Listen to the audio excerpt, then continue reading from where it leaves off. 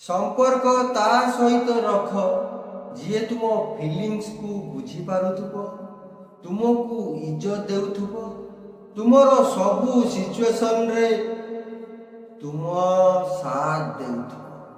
नमस्कार मोटुक भाई, आजिर अनुचिंता आरंभ करिया पूर्व दयाकोरी आम भिडियोटी को लाइक सब्सक्राइब शेयर करने को भूलिबे।